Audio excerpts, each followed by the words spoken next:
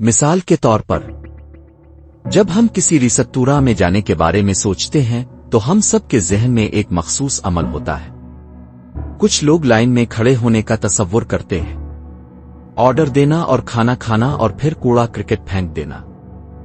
دوسرے بیٹھنے کا تصور کرتے ہیں، پھر حکم دیتے ہیں، سب کچھ بانٹنا اور پھر ادا کرنا، فراخ دلانا، ٹپ چھوڑنا۔ ہم ایک اسکیما کو بچوں کے کھلونا کی شکل میں ایک ذہنی فریم ورک کے طور پر سوچ سکتے ہیں۔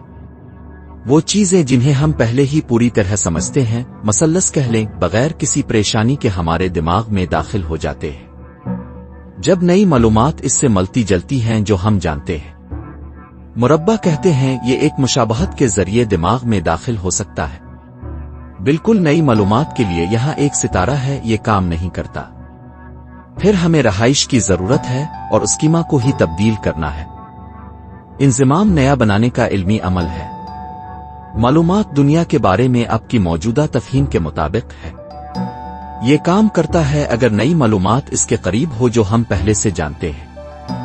نئی معلومات پر کارروائی کرنے کے لیے ہم اسے اپنے موجودہ اسکیموں میں فٹ کر دیتے ہیں۔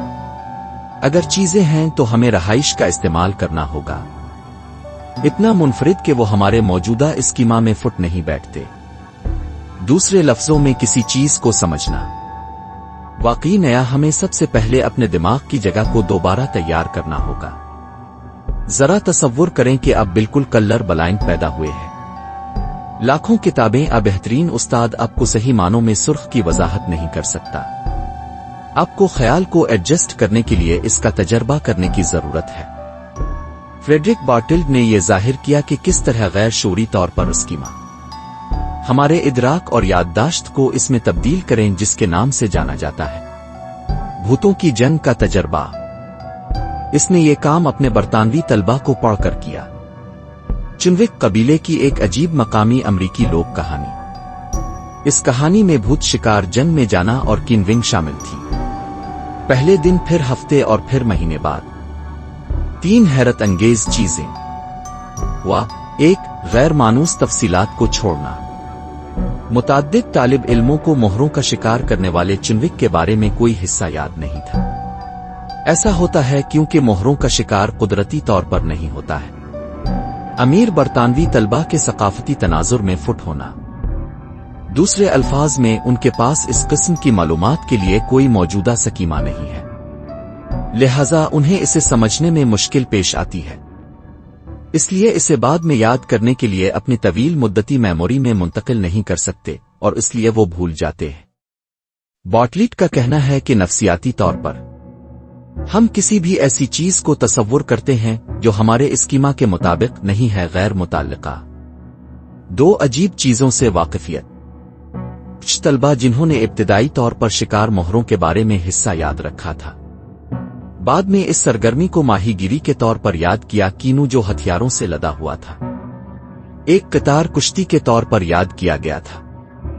ایسا اس لیے ہوتا ہے کہ جب ہم نئے منفرد تجربات کو بیان کرنے کے لیے الفاظ پسند کرتے ہیں، ہم محاورے تقریر کے اعداد و شمار استعمال کرتے ہیں۔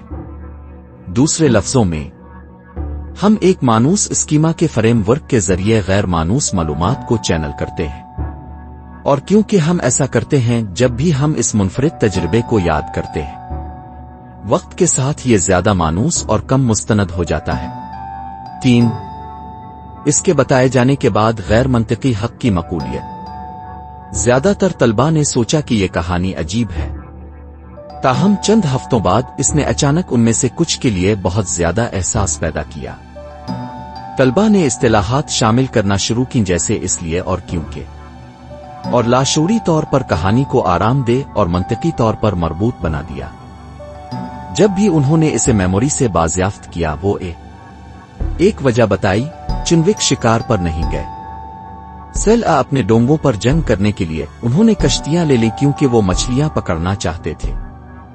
بارٹلڈ نے نوٹ کیا کہ جب بھی طلبہ سے کہانی کو یاد کرنے کو کہا گیا، یہ